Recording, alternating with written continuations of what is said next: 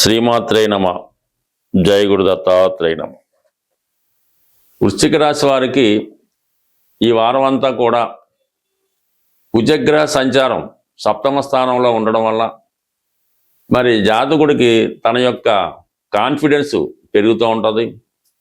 వ్యాపార వర్గంలో ఉన్న వాళ్ళకి తోటి భాగస్తులతో విభేదాలు రావడం జరుగుతూ ఉంటుంది. వాళ్ళకి ఫర్ ది సేమ్ టైం భార్యాభర్తల మధ్య, కుటుంబ సభ్యుల మధ్య కొన్ని విభేదాలు తలెత్తే అవకాశం ఉంది. బట్ ఏదైనా విజయం మీకే ఉంటుంది. అవతలవాడు ఎంత గొప్పవాడైనా మీదే ఫైనల్ విజయం రావడం జరుగుతుంది. కుజుడు రాశిని వీక్షించినప్పుడు ఏదైనా కొద్దిగా అనారోగ్య సమస్యలతో ఉన్నవాళ్ళు, ఆపరేషన్లు, సర్జరీ అలాంటివి ఏమైనా మీకు అవసరమైతే ఈ సమయంలో అవి జరిగే అవకాశం ఉంది. అయితే అవి మీకు సక్సెస్ఫుల్గా ఎటువంటి ఇబ్బంది లేకుండా పూర్తి అవ్వడం జరుగుతూ ఉంటుంది. దీంతో పాటుగా గురుగ్రహం భాగ్యస్థానంలో ఉండి రాశిని వీక్షిస్తూ ఉన్నాడు. సో ఆ కారణం వల్ల ఏంటంటే ధనకారకుడు, ధనాధిపతి మీకు రాశిని వీక్షించడం వల్ల ఆర్థిక పరంగా అనుకూలత ఏర్పడుతుంది. మీ యొక్క నడవడికలో, ఆలోచన విధానంలో చాలా మార్పు రావడం జరుగుతూ ఉంటుంది. చాలా వరకు కొత్త ప్రయత్నాలు, ఆధ్యాత్మిక సంబంధించిన కార్యక్రమాల్లో చాలా వరకు సక్సెస్ అన్నది కనబడుతూ ఉంటుంది. అయితే ప్రధానంగా బుధుడు కూడా ఈ గురువుతో కలిసి ఉండడం వల్ల ఇది విద్యార్థులకి చాలా అనుకూలమైనటువంటి సమయం. మీరు ఎందులో అయితే కొత్తగా కాలేజీలో చేరాలనుకుంటున్నారో, అది మెడికల్ కావచ్చు, ఇంజనీరింగ్ కావచ్చు, ఫార్మాసిటీ అవ్వచ్చు, అందులో మీకు సులభంగా ప్రవేశం దొరికే అవకాశం ఉంటుంది. దాని తర్వాత కూడా మీరు విద్యలో మంచి ప్రావీణ్యాన్ని సాధించడం జరుగుతూ ఉంటుంది. అంటే మనం ఒక పని ప్రారంభించేటప్పుడు ఆ రోజు ఉన్నటువంటి గ్రహస్థితి మనకి ఆ పని పూర్తయ్యేంత వరకు కూడా ఆ ప్రభావం మనకి చూపిస్తూ ఉంటుంది అన్నమాట. అందుకనే పెళ్లి ముహూర్తం జాగ్రత్తగా పెట్టుకోవడం జరుగుతుంటుంది. ఒక వ్యాపారం స్టార్ట్ చేసే ఆ ముహూర్తం, ఆ వ్యాపారం ఉన్నంతకాలం ఆ గ్రహస్థితి భావం కనబడుతుంటుంది. ఇది విద్యార్థులకి ఈ సమయంలో మీరు విద్యలో చేరితే కంప్లీట్గా మీకు మీ విద్య పూర్తయ్యేంత వరకు కూడా అటు బుధ గ్రహాల అనుగ్రహం లభించడం జరుగుతూ ఉంటుంది. ఇక ప్రధానంగా ఏంటంటే శుక్రుడు దశమ స్థానంలో కేతువుతో కలిసి సంచరించడం జరుగుతుంది. ఇది సప్తమాధిపతిగా ఉన్నటువంటి శుక్రుడు దశమ స్థానంలో కేతువుతో కలియడం వల్ల స్త్రీలకి కొంత అనారోగ్య సమస్యలు ఏర్పడుతూ ఉంటాయి. వృత్తిలో ఆటంకాలు ఏర్పడడం కూడా జరుగుతూ ఉంటుంది. ఇక ప్రధానంగా శుక్రుడు ఈ రాశి వారికి వ్యయాధిపతిగా దశమస్థాన సంచారం వల్ల సడన్గా ఉద్యోగంలో ఇబ్బందులు రావడం కానీ, లేదంటే ఉద్యోగపరంగా దూర ప్రాంతం వెళ్ళవలసి రావడం కానీ, ట్రాన్స్ఫర్లు కానీ వచ్చే అవకాశం ఉంది. వ్యాపారస్తులు లాంటి వాళ్ళు కొంతవరకు వ్యాపారాన్ని మార్చడానికో, కొత్తగా వాళ్ళు ఇండివిజువల్గా వ్యాపారాన్ని ప్రారంభించుకోవడానికో ఇది కొంతవరకు అనుకూలత ఏర్పడుతుంది.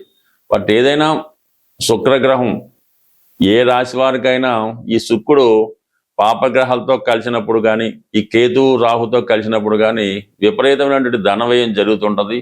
వృధా ఖర్చులు ఎక్కువగా ఉంటుంటాయి. స్త్రీలతో విభేదాలు వస్తుంటాయి.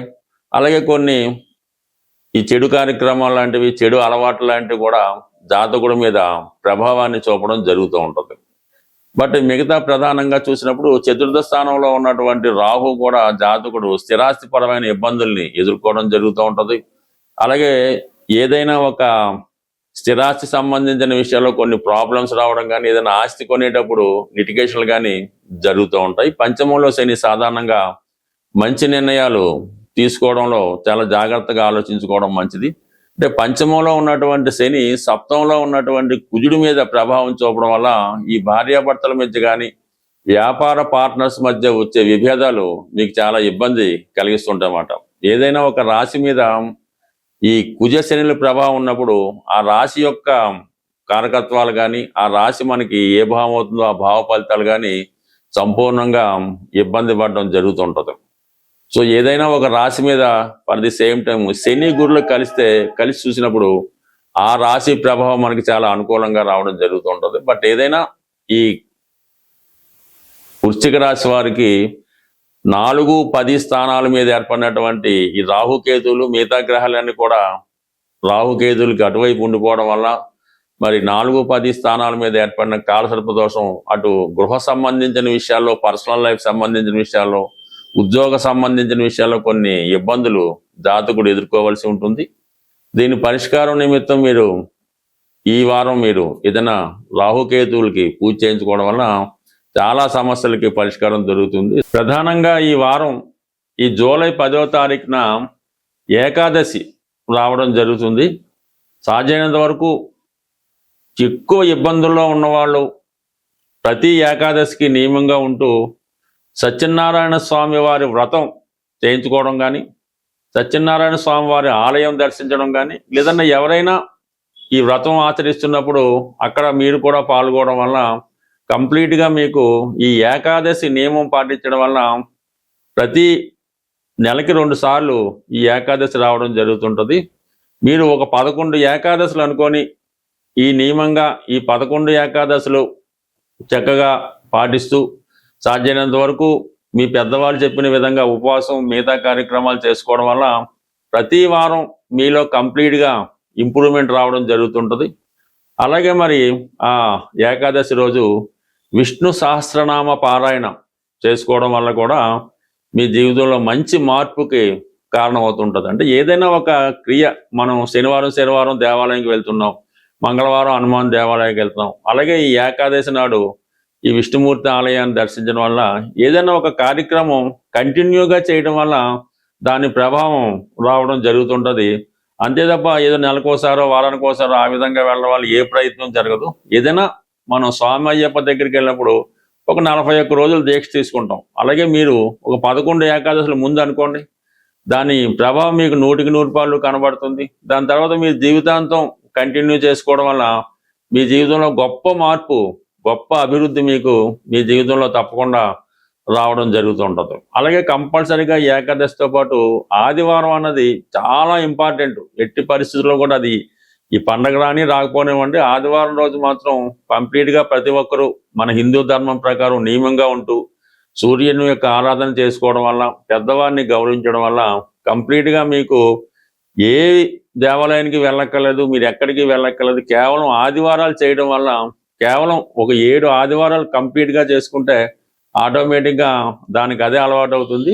ప్రతి వారం మీలో ఇంప్రూవ్మెంట్ కనబడుతుంది.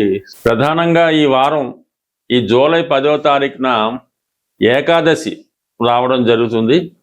సాధ్యమైనంత వరకు ఎక్కువ ఇబ్బందుల్లో ఉన్నవాళ్ళు ప్రతి ఏకాదశికి నియమంగా ఉంటూ సత్యనారాయణ స్వామి వారి వ్రతం చేయించుకోవడం కానీ, సత్యనారాయణ స్వామి వారి ఆలయం దర్శించడం కానీ, లేదన్నా ఎవరైనా ఈ వ్రతం ఆచరిస్తున్నప్పుడు అక్కడ మీరు కూడా పాల్గొనడం వల్ల కంప్లీట్గా మీకు ఈ ఏకాదశి నియమం పాటించడం వల్ల ప్రతి నెలకి 2 సార్లు ఈ ఏకాదశి రావడం జరుగుతుంటుంది. మీరు ఒక 11 ఏకాదశులు అనుకొని ఈ నియమంగా ఈ 11 ఏకాదశులు చక్కగా పాటిస్తూ సాధ్యమైనంత వరకు మీ పెద్దవాళ్ళు చెప్పిన విధంగా ఉపవాసం మిగతా కార్యక్రమాలు చేసుకోవడం వల్ల ప్రతి వారం మీలో కంప్లీట్గా ఇంప్రూవ్మెంట్ రావడం జరుగుతుంటుంది. అలాగే మరి ఆ ఏకాదశి రోజు విష్ణు సహస్రనామ పారాయణ చేసుకోవడం వల్ల కూడా మీ జీవితంలో మంచి మార్పుకి కారణమవుతుంటుంది. అంటే ఏదైనా ఒక క్రియ, మనం శనివారం దేవాలయానికి వెళ్తున్నాం, మంగళవారం హనుమాన్ దేవాలయానికి వెళ్తున్నాం, అలాగే ఈ ఏకాదశి నాడు ఈ విష్ణుమూర్తి ఆలయాన్ని దర్శించడం వల్ల ఏదైనా ఒక కార్యక్రమం కంటిన్యూగా చేయడం వల్ల దాని ప్రభావం రావడం జరుగుతుంటుంది. అంతే తప్ప ఏదో నెలకోసారో వారానికోసారో ఆ విధంగా వెళ్ళడం వల్ల ఏ ప్రయత్నం జరగదు. ఏదైనా మనం స్వామి అయ్యప్ప దగ్గరికి వెళ్ళినప్పుడు ఒక 41 రోజులు దీక్ష తీసుకుంటాం. అలాగే మీరు ఒక 11 ఏకాదశులు ముందు అనుకోండి, దాని ప్రభావం మీకు 100% కనబడుతుంది. దాని తర్వాత మీరు జీవితాంతం కంటిన్యూ చేసుకోవడం వల్ల మీ జీవితంలో గొప్ప మార్పు, గొప్ప అభివృద్ధి మీకు మీ జీవితంలో తప్పకుండా రావడం జరుగుతుంటుంది. అలాగే కంపల్సరీగా ఏకాదశితో పాటు ఆదివారం అన్నది చాలా ఇంపార్టెంట్. ఎట్టి పరిస్థితుల్లో కూడా అది ఈ పండగ రాని రాకపోనివ్వండి, ఆదివారం రోజు మాత్రం కంప్లీట్గా ప్రతి ఒక్కరూ మన హిందూ ధర్మం ప్రకారం నియమంగా ఉంటూ సూర్యుని యొక్క ఆరాధన చేసుకోవడం వల్ల, పెద్దవారిని గౌరవించడం వల్ల కంప్లీట్గా మీకు ఏ దేవాలయానికి వెళ్ళక్కర్లేదు, మీరు ఎక్కడికి వెళ్ళక్కర్లేదు. కేవలం ఆదివారాలు చేయడం వల్ల, కేవలం ఒక 7 ఆదివారాలు కంప్లీట్గా చేసుకుంటే ఆటోమేటిక్గా దానికి అదే అలవాటు అవుతుంది. ప్రతి వారం మీలో ఇంప్రూవ్మెంట్ కనబడుతుంది. స్వస్తి.